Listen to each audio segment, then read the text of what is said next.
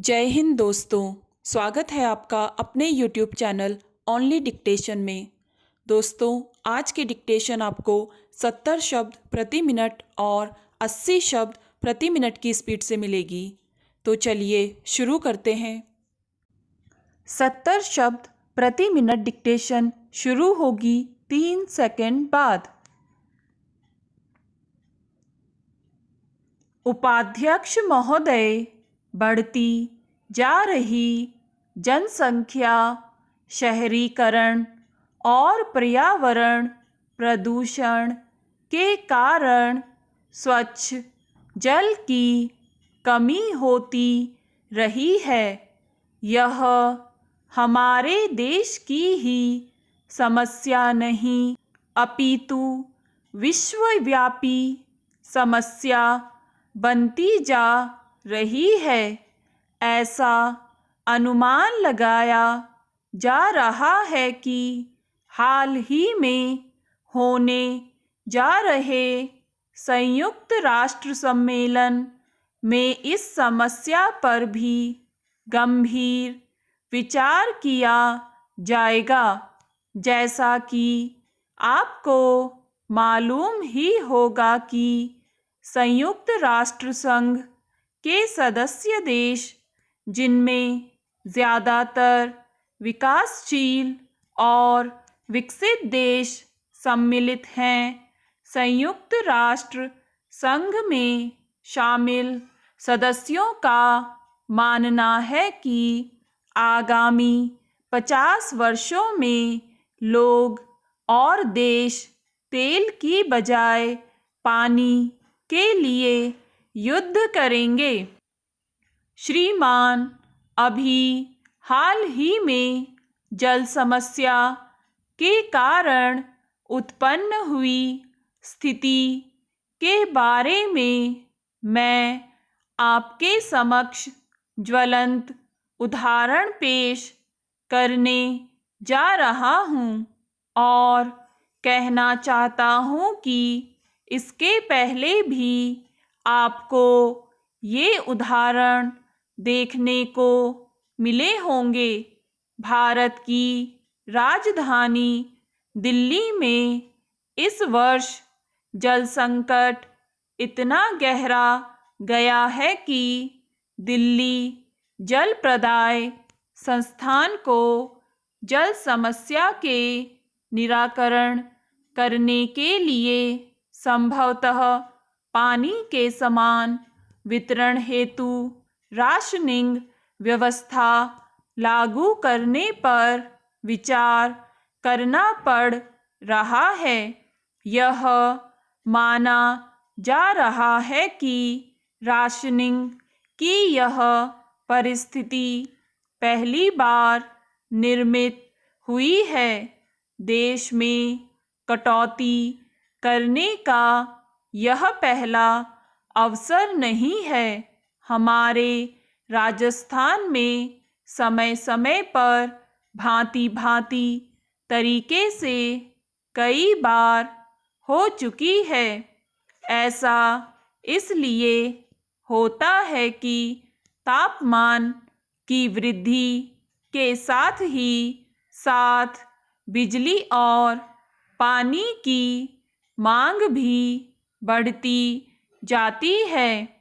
ऐसा इसलिए करना पड़ रहा है कि राजधानी के अंदर पानी का उत्पादन 540 HGD है, जबकि मांग 725 HGD है। इस हिसाब से मांग और आपूर्ति में भारी अंतर दिखाई पड़ रहा है। इस अंतर को देखते हुए हरियाणा द्वारा 50 MGD पानी बराबर अनुरोध करने के बावजूद नहीं छोड़ा जा रहा है। यमुना नहर चूँकि हरियाणा राज्य के कब्जे में है और दिल्ली वासियों को पानी प्राप्त करने के लिए उसके मुंह की ओर बार बार ताकना पड़ता है। गत दिनांक यमुना बोर्ड की बैठक में निर्णय यह लिया गया था कि वह आवश्यकतानुसार क्यूसेक पानी छोड़ने को तैयार हो गया है। एक हद तक पानी देने के लिए आपसी सहमति बन गई थी, किंतु यमुना बोर्ड को पानी देने से इनकार कर दिया। यदि हरियाणा ने यमुना का पानी नहीं छोड़ा तो दिल्ली जल प्रदाय संस्थान सर्वप्रथम वह अपने अधिकांश इलाकों में उपलब्ध पानी को समान रूप से वितरित करने का प्रयास करेगा। अगर इससे भी समस्या नहीं सुलझी तो फिर इस गहरे जल संकट से निपटने के लिए पानी की राशनिंग के अतिरिक्त और कोई रास्ता नहीं बचेगा। फिर भी कोई ना कोई हल निकालना होगा। स्टॉप। दोस्तों, अब यही डिक्टेशन आपको मिलेगी 80 शब्द प्रति मिनट की स्पीड से 3 सेकंड बाद।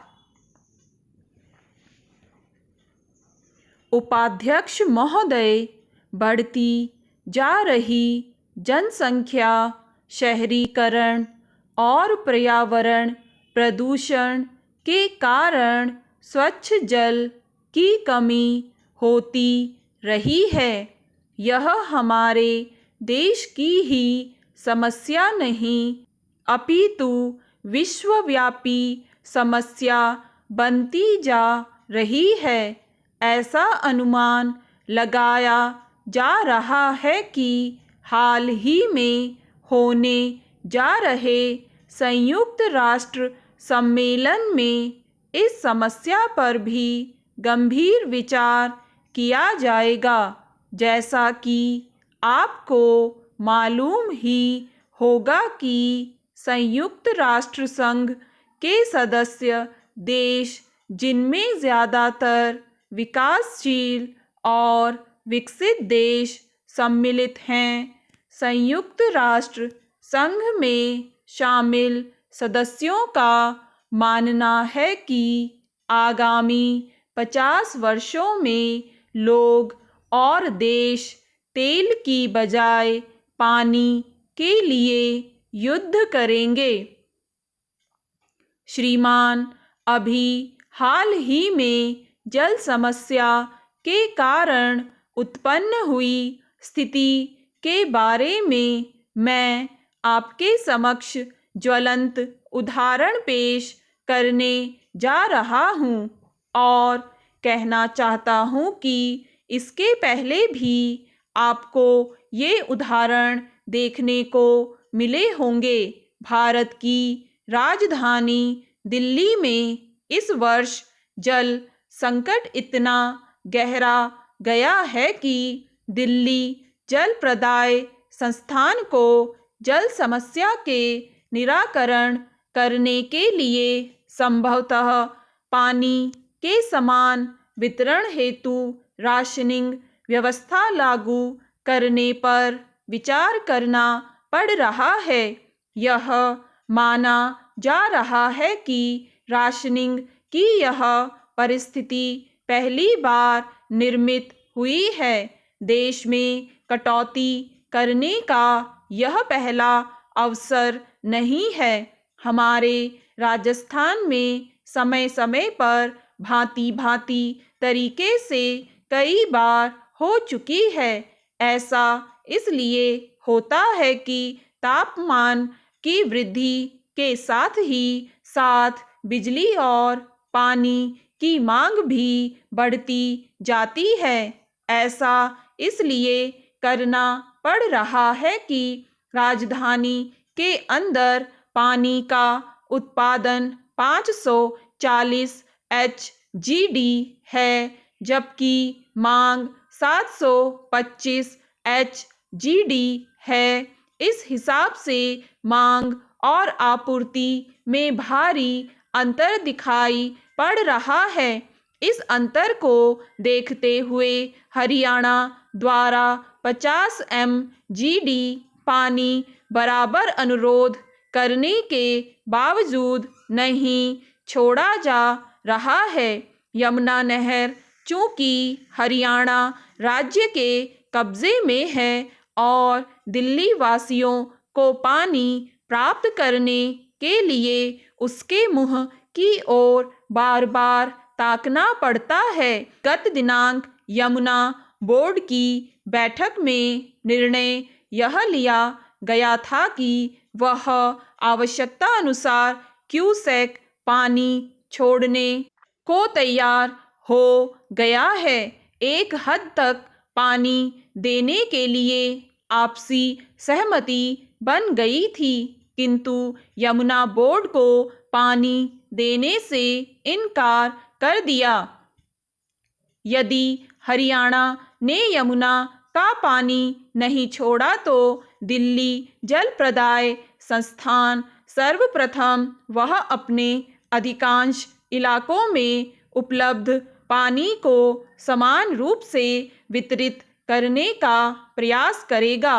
अगर इससे भी समस्या नहीं सुलझी तो फिर इस गहरे जल संकट से निपटने के लिए पानी की राशनिंग के अतिरिक्त और कोई रास्ता नहीं बचेगा।